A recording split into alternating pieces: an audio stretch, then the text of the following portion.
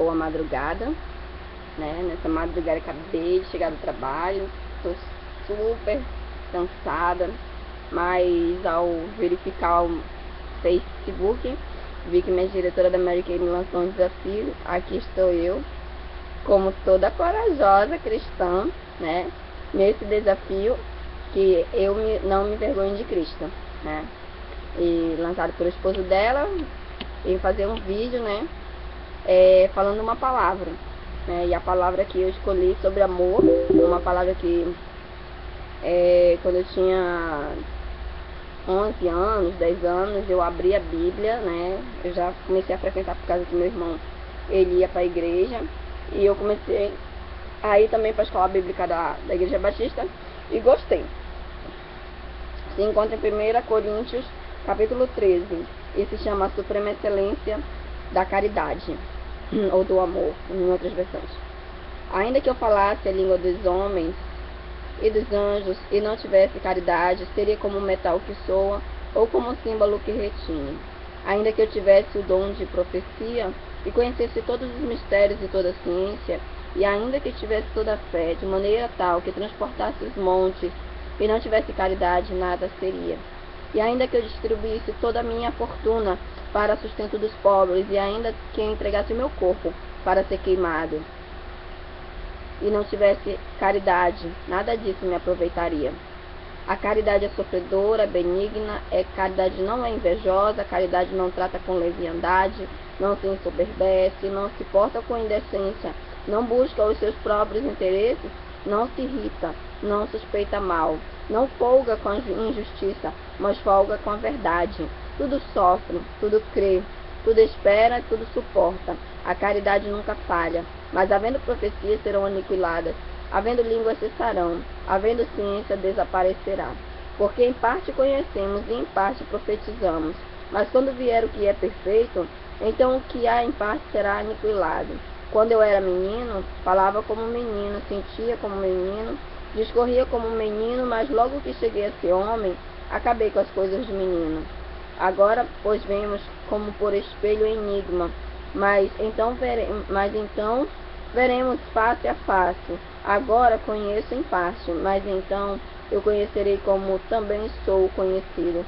Agora, pois, permanece a fé, a esperança e a caridade, estas três, mas a maior desta é a caridade.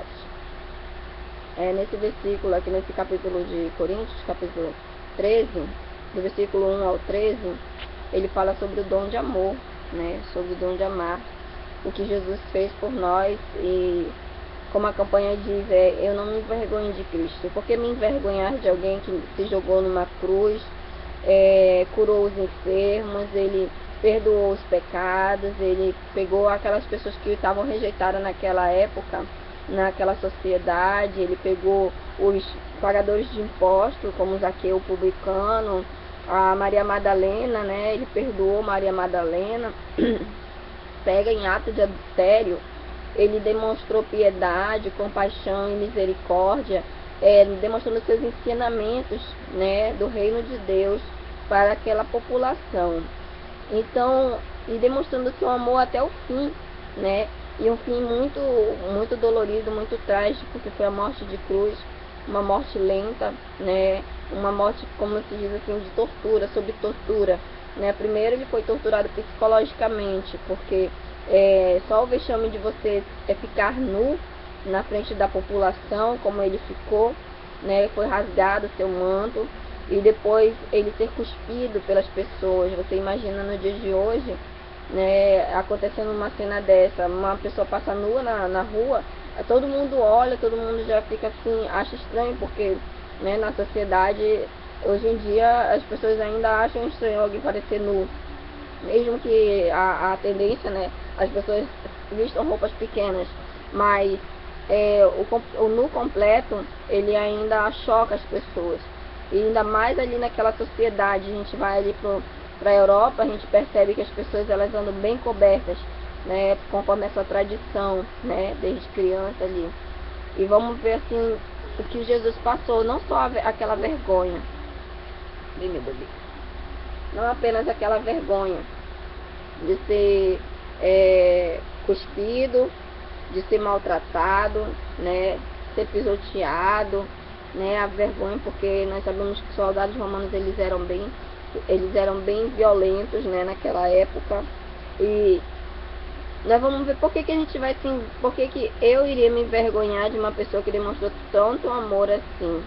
A Bíblia, para mim, ela é um livro, não um livro mágico, é um livro poderoso. Eu gosto de ler, eu gosto de me alimentar dele desde criança, desde quando eu comecei na escola bíblica, eu comecei a amar a Bíblia, porque ela fala coisas assim maravilhosas, história de pessoas que viveram grandes milagres, né? E muita gente não entende ainda a Bíblia. Quanto mais você lê, mais você aprende, porque ela não se revela por completo, né? Ela é um mistério que só o Espírito Santo pode discernir. Só a gente pedindo a ajuda de Deus para que possa discernir, porque a palavra ela fala que a sabedoria do homem ela é loucura para Deus, e aquilo que a gente acha que é sábio para Deus é loucura, né? A gente se acha esperto, né? Como ele diz aqui, que eu posso ter toda a ciência, que eu posso ter todo o conhecimento, mas se eu não tiver o amor de Jesus, se eu não tiver Jesus, se eu não tiver amor, de nada valeria. Se eu entregar o meu corpo, fazer sacrifício, se eu fizer uma doação, se eu fizer uma grande doação para os pobres, eu não tenho Jesus, eu não tenho amor, de nada valeria. Porque Jesus, ele é amor, ele é o centro do amor, ele demonstrou esse amor, ele falou de amor até o fim, ele falou de justiça, do seu reino, né? E aqui ele fala que tudo sofre, tudo crê, tudo suporta, a caridade nunca falha, mas havendo profecias serão aniquiladas, havendo língua cessarão, e havendo ciência ela desaparecerá, né?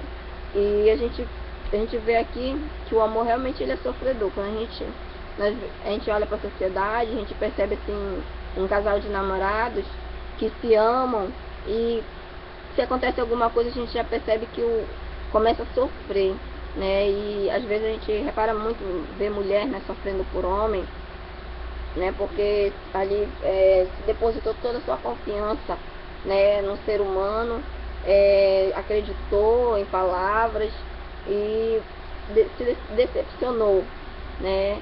E nós vemos mulheres que lutam por causa de um grande amor, esperam vários anos, aquela pessoa se tornar daquele modo que ela acha que a pessoa pode ser transformada, né? O amor tudo suporta, ela vai suportando, tudo espera, tudo crê, né? E ele fala aqui também sobre eu poderia ter o dom de profecia, né? E o que é a profecia? A profecia é aquela pessoa que tem um dom de saber do futuro, né? Que Deus se revela a ela ou em sonhos ou em visão e mostra para que ela venha advertir as outras pessoas sobre algo que possa acontecer, para que ajude a pessoa numa convivência espiritual melhor. E ele diz assim que eu posso ter até esses dons, eu posso ter o dom de profecia, eu posso falar em línguas, ou seja, eu posso ser um cristão, mas se eu não tiver amor, nada disso valeria. Primeira coisa que tem que ter é o amor, porque é o amor que vai movimentar os dons, é o amor que vai fazer com que as pessoas sejam tocadas pelo Espírito Santo, é o amor que vai movimentar o reino de Deus aqui nesse mundo, né? E cada dia nós vemos o que? Esse amor esfriando. A gente fica indignado com as coisas que acontecem, como o ser humano mudou, modificou muito. A gente sai na rua, vê que ninguém mais levanta para os idosos, ninguém quer saber das grávidas quando entra dentro do ônibus, ninguém quer mais saber do que o outro está padecendo, o que importa é ganhar mais dinheiro do que ele, subir a custa dos outros, e o amor tem se esfriado, e pessoas continuam fazendo sempre as mesmas coisas, sempre querendo demonstrar o amor, dando algum presente, caridade, fazendo uma boa ação. Mas nenhuma boa ação ela irá fluir se não tiver um amor de verdade, se não tiver o centro que é Jesus, se não tiver esse alvo, que o alvo é Cristo, de nada valeria. Como ele diz assim, pode ter o sino que retine, né? Assim como um símbolo que retine, um sino, né? Ele pode fazer barulho, mas se ele não tiver um objetivo, de nada valeria, né? Ainda que eu tivesse o dom de profecia e conhecesse todos os mistérios de toda a ciência, né? Não, no versículo 1. Ainda que eu falasse as línguas dos homens e dos anjos e não tivesse caridade, seria como um metal que soa, ou como um símbolo que tine. Ele diz assim, ainda que eu falasse a língua dos homens, natural, e o mundo espiritual, as línguas espirituais. Então é tipo aquela pessoa que a gente vê que ela fala em línguas, ela fala em mistério, mas ela não tem amor, ela é sem amor, ela não tem sentimento, ela só é um barulhento. É a Bíblia que diz, né? Ele pode falar a língua dos homens e dos anjos, mas se ele não tem amor, é como um sino, que só bate, que só toca, que só faz barulho, né? Então, a palavra de hoje, que eu quero deixar para minha rede social, nesse desafio, né, que a Priscila Veloso fez, sobre eu não me envergonho de Cristo, eu não me envergonho de Cristo por esse motivo, porque todos os dias Ele me ama, todos os dias Ele ama o próximo, e Ele tenta transformar o meu coração, porque as lutas cada dia elas aumentam, para que a gente venha ter raiva, né, de algumas situações que acontecem em nossas vidas. Mas precisamos sempre buscar a unção do Senhor para que Ele venha quebrantar o nosso coração e restaurar das mágoas, das tristezas e fazer uma pessoa nova a cada dia, para que esse amor seja transbordado no coração daquelas pessoas que necessitam de ajuda espiritual. Tá? Eu quero deixar um grande beijo, um grande abraço. Obrigado, Priscila Veloso, por esse desafio. Eu adorei ficar de madrugada acordada. Não, tô brincando. Eu amo realmente a palavra, eu gosto de falar da palavra. E se der espaço, vai passar de 11 minutos. Então eu vou parando por aqui. Uma boa noite, durmam com Deus. Meditem sempre. O segredo é ter amor.